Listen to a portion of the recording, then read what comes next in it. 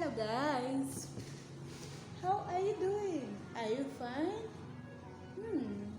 I'm here, I'm doing good. As you can see me, I am at work right now, and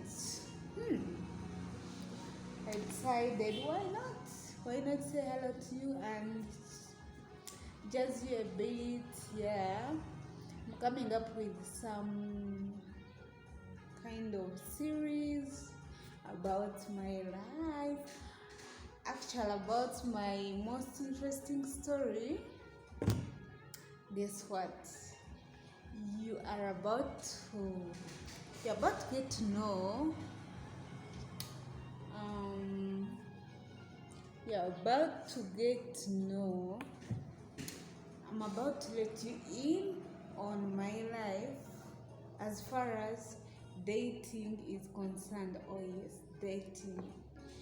Yeah, my dating experience has been quite interesting, and at the same time, guys, it had to take a toll on me.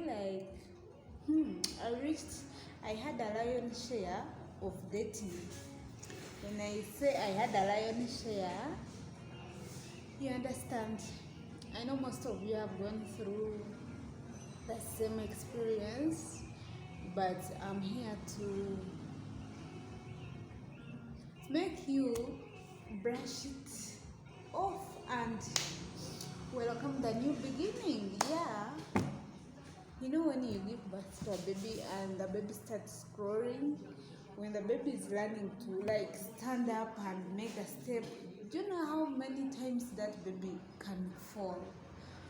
But the baby can never give up. You got to get up and make another step, and eventually, likewise, when you're dating, you will meet people that are not supposed to be in your life, but you got to go through the steps. But eventually, it can never be forever. Only that the process of waiting is quite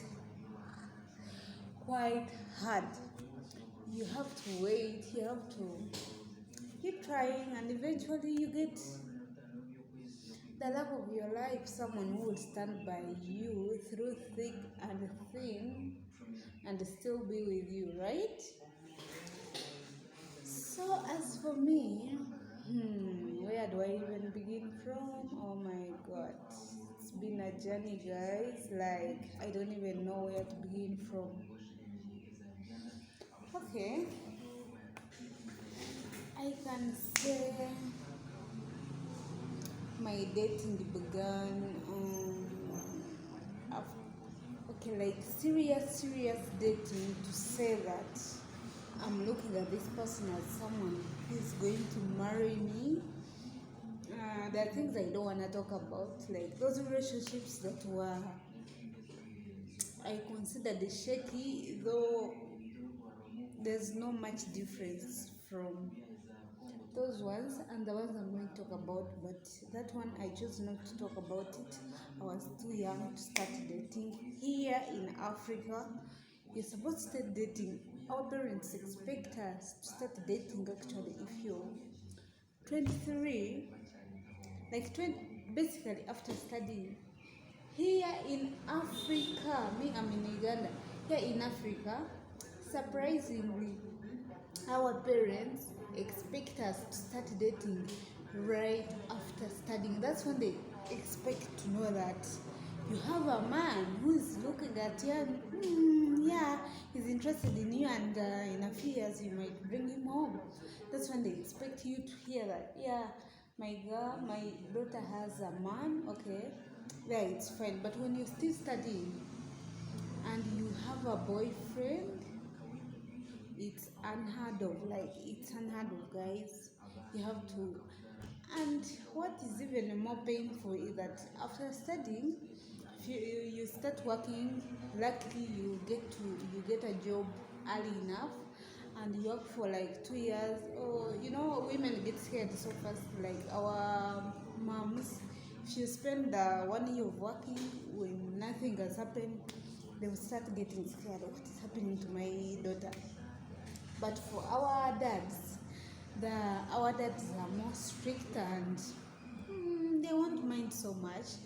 But even them, eventually, when you spend like 3-4 years, you don't have someone, they are not seeing any signs of I'm bringing a man home, they will also start getting scared and people will start talking, yeah, he's afraid to get a man, he's just there, like playing men. That's what people think about when you reach actually like 27, 28 and you're not yet married. They will think you're just playing men, that's why you're afraid to get married. Kugamba, there are a whole lot of people's opinions about you not getting married. So, where was I, guys? I've kind of diverted and now I don't know where I'm supposed to start from. Yeah, I was about to start. Where do I begin from? Okay. Me, what I consider like I was really in a serious relationship. I started dating as per se at campus in my first year after the first semester. Yeah. So after the first semester, they bought me.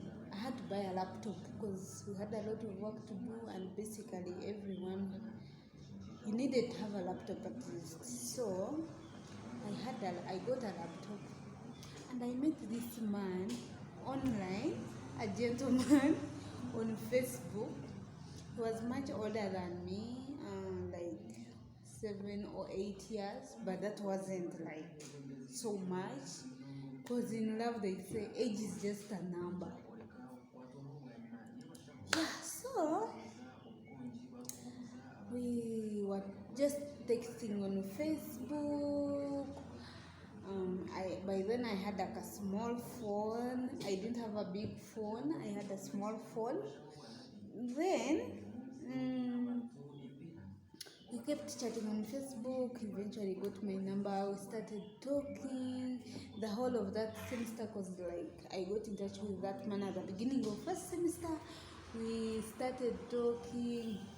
We kept talking. Then in the middle of the semester, I came to realize that man was coming from our place, where I come from. Okay, not so far, but the same district. Yeah. So, yeah, the connection came. You start talking to someone and you don't feel anything like this man. Like I have feelings for him, but eventually when you keep talking together on a daily basis, you eventually develop feelings. So, we kept talking. I knew this was my boyfriend, my fiancé husband to be. Yeah, I was. So this man was working with some company and he was getting good money. I wasn't that girl who was so much into money because my parents were able to pay tuition and even give me some small upkeep that would take me throughout the semester because there was nothing much to buy or eat. I wasn't that person who was all out there going to the salon 2 weeks. No, I would braid my hair, spend a month or 1.5 and then braid again. So there was nothing much to spend money on. I was comfortable, like I wasn't lacking. So this man comes into my life. We get to know about each other, like theoretically. I didn't know him physically, he didn't know me physically. We were just talking, but you know how you get used to someone and you feel like you've known this person for years. So eventually he planned to come and see me at campus. And then he was planning also he bought me a new phone. He was coming with it, a Samsung phone. He shopped for me and then he was coming to see me at campus. It was on a Sunday. I should say this was like a red flag. He was coming to see me and then on the way to campus, what happened? they were waylaid by thieves, robbers. They were taken somewhere in the bush, and everything robbed, stolen, everything. So they had to sleep over at someone's place because it was at night. And then they waylaid them like in the evening, and then they took them in the bush for some time. It had to reach like 7, and then they let go of them, and then they had to go somewhere to seek accommodation. So he never made it to campus. He had to go back to Kampala in the city. Like, I was scared. Like, I had never been scared so much like that. It was as if, because we were talking in the morning, and then later on we lost touch. Those thieves took away the phones and everything, and we lost touch. I couldn't get in touch with him. I was so scared, wondering, where has this man gone? Like, where is he? So I was scared. And then I did what? Tomorrow reached. Come tomorrow, he called in the evening, and then he just me the whole saga that happened. I was like, of all things, that's what happened. Like, why did it have to be on this day? Okay, the fact that he was fine, he was safe, I didn't mind. So it was drawing towards Christmas, and okay, we plan to meet during Christmas this time around when I'm already home. So he planned we meet over during Christmas, and he buys me another phone. Okay, so in Christmas time, before that, I had my best friend from high school. Guys, this is where it's getting spicy. Like, I had a best friend from high school.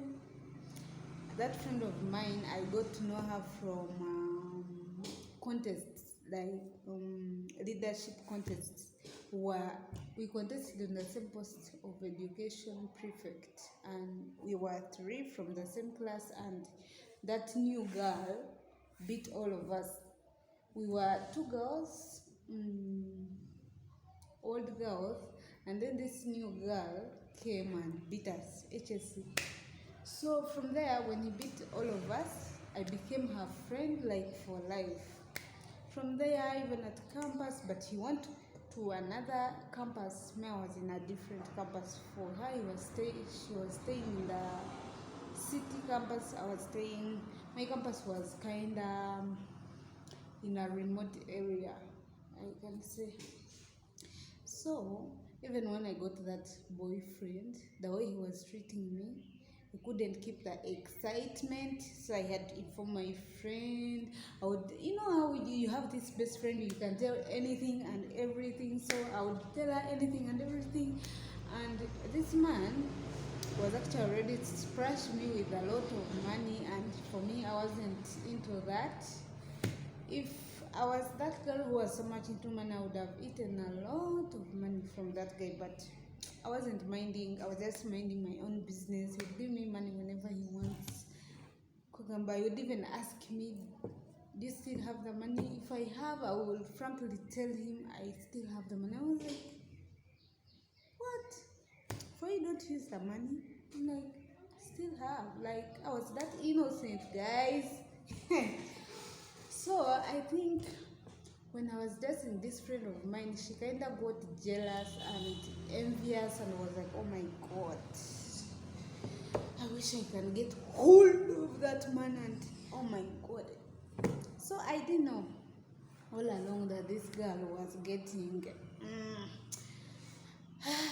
hard feelings on this man, and me, I kept being innocent and royal and telling her everything. Kumbe, maybe she was in toxic relationships and I didn't know, and I was just adding salt to the wound. Yeah. So as I was judging her all that, she was also planning for plan B. What do I do to get hold of this man? Guys, we went for Christmas. I was talking to this man. We planned. I escaped from home. We went to some town. He bought me a phone. I had to tell my girlfriend. She pretended like she was happy about it, but she would be asking me, like, taking follow-ups on this man, and I was just there, blindfolded, couldn't think of what was going on. Anyway, before I knew it, guys, this man wasn't talking to me anymore. Before I knew it, this guy blocked me, like, girl. And then this friend of mine called me and was like, editor, how is, let's call him Frank. I was like, editor, how is Frank? I'm like, Frank is fine. It's like, is he talking to you? Can you imagine that shit? Is he talking to you? And from hours deep enough, I'm like, yeah, but these days I actually don't understand him because he's acting weird. What? Then she told me, you try to be careful, because you never know. These men are very stubborn. You try to make your research and be sure that he still loves you. Like, kumbe, she had already started talking to him. She got her number and everything. She looked for him on Facebook and got all the details and was now talking to him. The chemistry, Kwegamba, had already developed. Anyway, I don't even put all that blame on my friend because I think also this man was something else. So, didn't love me, I can say. So, if I can talk every detail, guys, we shall sleep here, but I will just give you like a summary of it all. So before I knew it, this man was not talking to me. This girl was talking too much to me. I'm like, what is happening? I wasn't understanding. Before I know it, I'm asking this guy, what's happening? What's going on? Like, you're acting weird. And he had the audacity. It is the audacity for me to tell me that ask your friend what's up. Like, I asked my friend, she was called, let's say, Agnes. I don't want to mention names here. And this girl tells me, girl, you actually didn't know what you wanted from this man. And if I can tell you the truth, I am in love with Frank. Like, just be aside. You didn't know what you wanted from this man, and I know what I want from him, and he knows what he wants from me, so we are in love. If you want to confirm, get in touch with him, call him and talk to him. That is my best friend telling me right in my face. I almost collapsed, guys. It was too much for me. I had to tell my brother about it because he knew about that girl. To cut this long story short, I was weighing 62 kgs before. After that, we just broke up like that. After that breakup, after 2 weeks, we were supposed to go back to campus. After those 2 weeks, I went back to campus. I couldn't fit in any of my clothes. Like, they were all, my skirts were all going down, my dresses were all loose. Everyone was asking, editor, what's wrong, what's happening, guys? It was so dramatic for me and too much and heavy. I lost 11 kgs. 11, like this. I weighed myself after 2 weeks and I had cut 11. I was 62 and that was 51 kgs. It had never happened to me. I always asked myself, does someone lose, how does someone cry because of just a human being? And guys, I can tell you, I would sleep at night, get hold of my pillow, the whole pillow would become wet. I didn't know where the tears were coming from. We had so much plans for the next semester with this guy, and everything was shattered just in a minute. It was a breakup and a half. I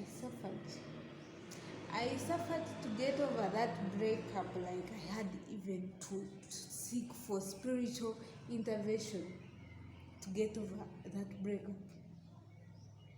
But I had to let go, because on top of that, my friend was abusing me every other time.